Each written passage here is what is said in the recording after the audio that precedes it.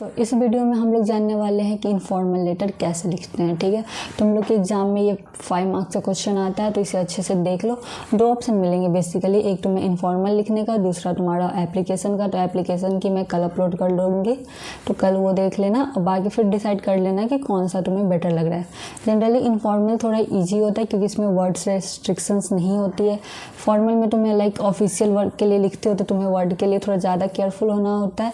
यहाँ तुम family member और फ्रेंड्स को लिखते हो तो थोड़ा उतना चल जाता है। ठीक है, सो स्टार्ट करते हैं फॉर्मेट के साथ। देखो पहले क्या करना है ना, यहाँ पे एड्रेस लिखना है, अपना एड्रेस लिखना है। जनरली तुम एग्जाम हॉल से लिख रहे हो तो वही लिख देना है। ठीक है, क्वेश्चन में एड्रेस अगर प्रोवाइड हो तुम्हारा, लेकिन जनरली नहीं होता है तो एग्जामिनेशन हॉल ही लिखना, अगर हो तो फिर वो एड्रेस दे देना। बाकी यहाँ पे डेट कि तुम किस दिन लिख रहे हो ये बता देना है।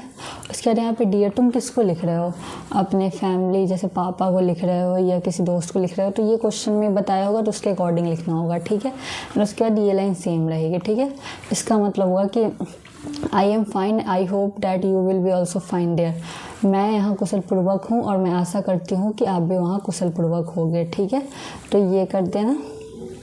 उसके बाद आते हैं I am writing this to you to tell you about, और इसके यहाँ पे टॉपिक लें। जैसे ये लेटर क्यों लिख रहे हो, I am writing this letter, मैं ये लेटर लिख रही हूँ टू टेल यू अबाउट, आपको इसके बारे में बताने। तो किसके बारे में, तो ये टॉपिक यहाँ लिखना है। जो तुम अगर पढ़ोगे क्वेश्चन, अगर तुमको समझ में आ जा रहा है कि क्या लिखना है, मतलब तुम अगर लिख पा रहे हो तो यहाँ पर आराम से तुम 4-5 लाइन लिख देना। ठीक है, और अगर नहीं लिख पा रहे हो तो जो क्वेश्चन दिया होता है ना उसको सेम टू सेम उतार देना।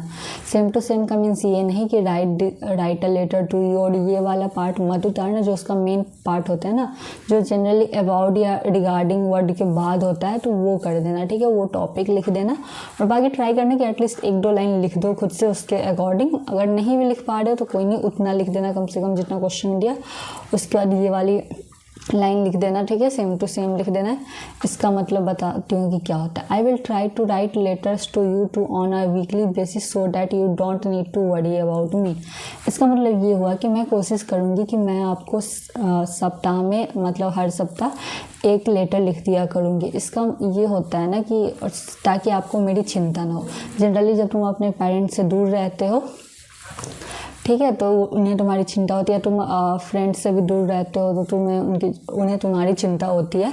तो इसके कारण तुम अगर वीकली अपडेट दे दोगे कि तुम क्या कर रहे हो, तुम्हारी लाइफ में क्या चल रहा है, तो उन्हें चिंता नहीं होगी। ठीक है, please reply to letter as soon as possible. इसका मतलब है कि आप कोशिश करिएगा इस लेटर का जितना जल्दी हो सके रिप्लाई करने का। ठीक है, नेक्स्ट थिंग पे आते हैं कि ये वाला लिख देना है, everything else here is going on usual here. बाकी सब यहाँ पे वही यूजुअल जैसा चलता आ रहा है वैसे ही चल रहा है। I hope things are fine at your end too, आपके तरफ भी सब कुछ सही हो, मैं ऐसा आशा करती हूँ। Please convey my regards to everyone at home, अपने जो घर पे जो भी लोग हैं उन्हें मेरा रिगार्ड्स देना। And hope to meet you soon, आपसे जल्दी मिलने की आशा है। ठीक है, उसके बाद ये लिख देना योर लविंग, अपना यहाँ पे नाम लिख देना। ठीक है, तो बस इतना कर दोगे ना, तुम्हारे मार्क्स कहीं नहीं जा रहे, 5 मार्क्स पक्के हैं। ठीक है, तो बाकी और पढ़ते रहो and all the best, exam पास आ रहे हैं।